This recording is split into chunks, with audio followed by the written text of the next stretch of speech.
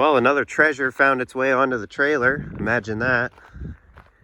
It's not even a whole truck this time. It's half of a truck. I mean, does it really count as another truck added to the list if it's not a whole truck? I don't know. You tell me. But I picked up this sweet old Ford cab over, and I'm not sure on the year. Pretty sure it's late 60s, early 70s.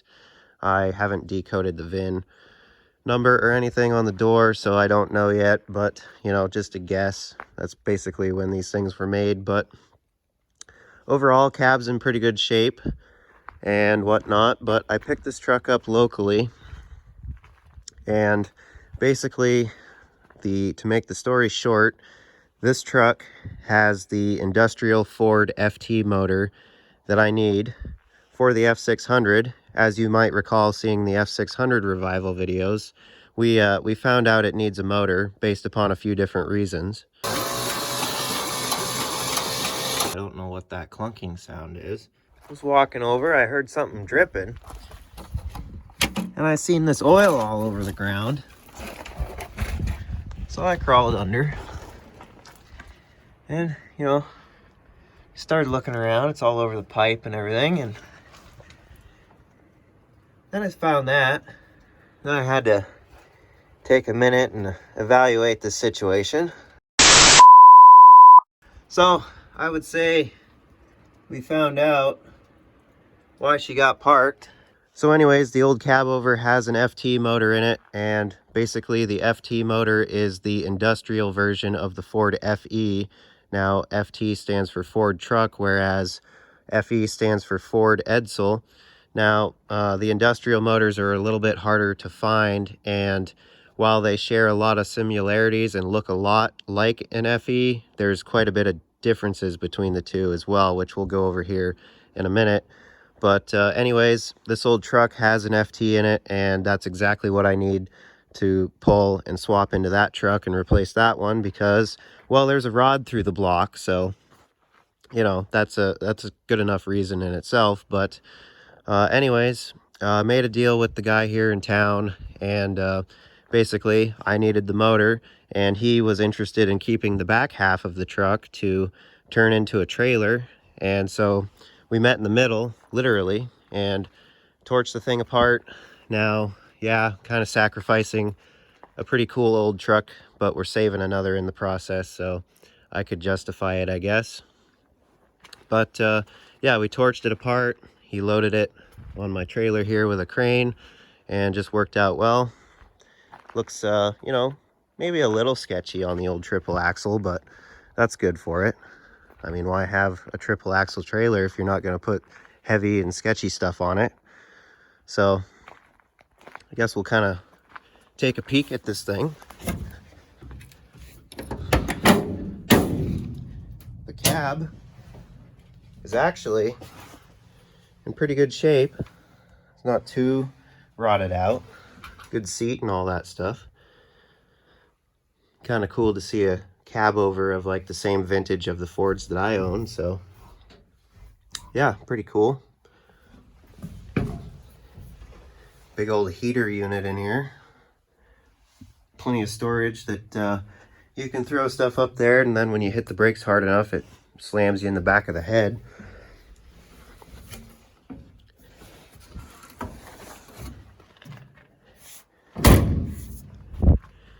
Tires are decent for something.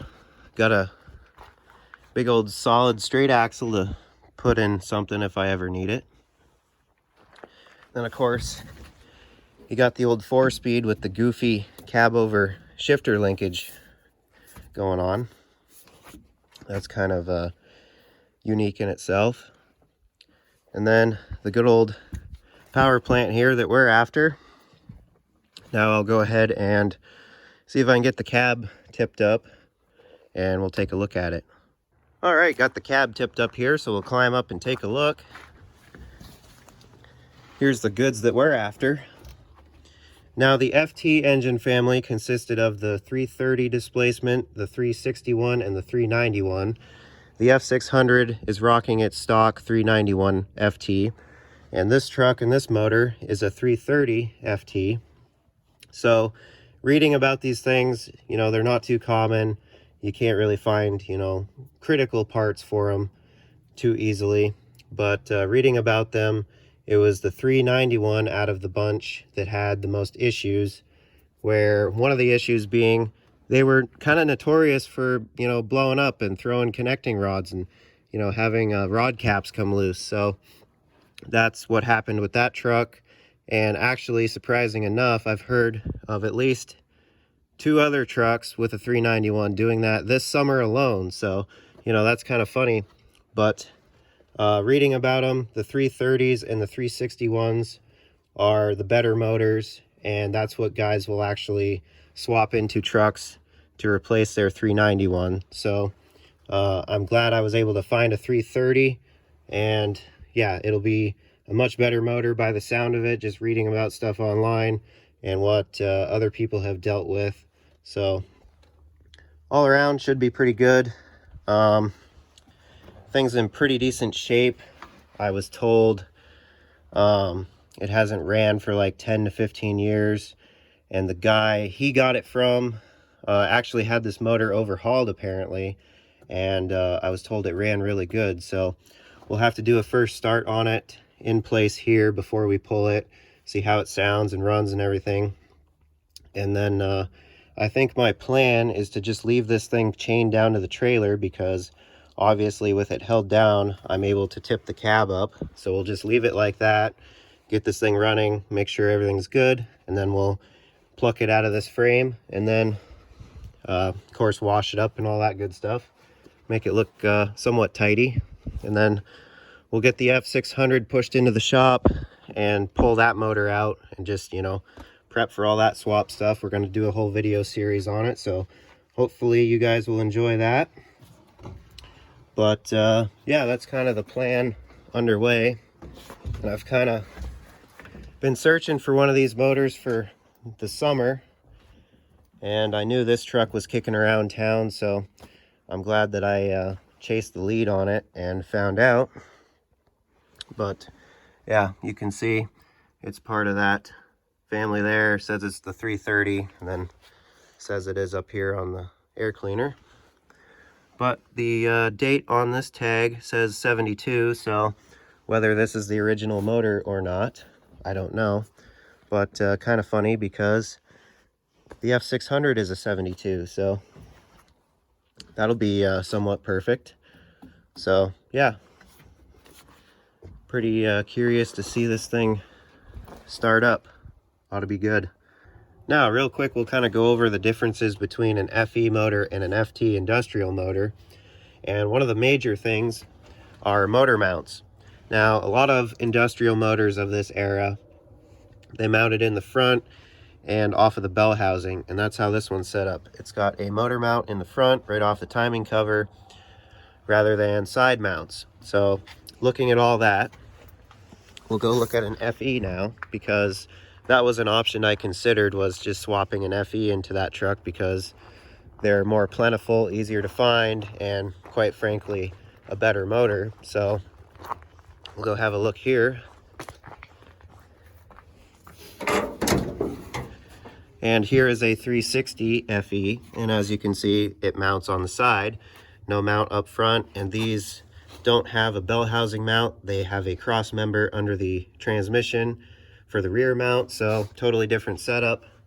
And one of the things I was really, you know, going for with the F600 was it's such a clean, original, uncut truck. I didn't really want to, you know, cut out motor mounts and weld in, you know, the perches for the side mounts to swap an FE in there and stuff like that. So I got to reading about it. Other guys have considered doing the same thing, and I think some people actually have done it. So I learned a few things. One of the other details is an FE is externally balanced, so, you know, harmonic balancer and then weights on the flywheel or whatever, whereas an FT is internally balanced. So we would have ran into issues like that. And another thing, the F600 clutch will not work on a FE flywheel, and just all kinds of stuff like that. You would have been putting an FT flywheel on an FE, and ran into more issues and so on and so forth. Just a big mess, a lot more trouble than it's worth. And it's kind of crazy because, you know, looking at them, it's really hard to tell that they're that much different from each other, because they're super close looking. So just little goofy stuff like that is the reason why I'm not swapping an FE into this truck. So comparing to the cab over versus a conventional truck here, the only differences I've seen so far are the thermostat housing, because it's got that extra fitting on it to go up to the expansion tank, and cab over needing a lower profile. The fan mounts to the crankshaft rather than, you know, up on the water pump. So like this, as opposed to this. Fans down there. So I think that's the only stuff we'll have to change around to put that 330 into here. So shouldn't be too bad. I mean, they're pretty much the same thing all the way around, so shouldn't be too much of an issue. And of course, you know, motor mounts are all the same and that good stuff, since it's an FT going to an FT application. So ought to be pretty quick and easy and fun, and definitely have all the room for activities, so that'll be fun. But yeah, I mean, this truck is just so original and uncut. Not a lot of, you know, stuff has been added on to it, and it's not all beat up or, you know, anything like most trucks up here are. So I'd really like to leave this truck original and clean looking, so a direct swap with what belongs in it. Even though it's a different displacement, it'll be just fine. And yeah, it ought to make for a good revival, and it'll be good to get this truck up and going so that I don't have to keep pushing it around. And then of course we got the PTO dump bed to still test. So with a good running motor, we'll be able to start playing around with the PTO and see if the bed works and all that. So that'll make for a fun time in itself. So yeah, just wanted to go over this stuff, show you guys the plan of what's ahead here in the near future. And yeah, I guess we'll pick up with, you know, that kind of stuff starting to happen. We'll get the truck here into the shop, get this motor out, and then we'll get the cab over motor prepped to go in here. And yeah, let me know if you guys want to see that kind of stuff, even though I'm going to make videos on it anyways. Just yeah, let me know if you're interested, and keep an eye out for when we start wrenching on it. So till the next time, see you guys later.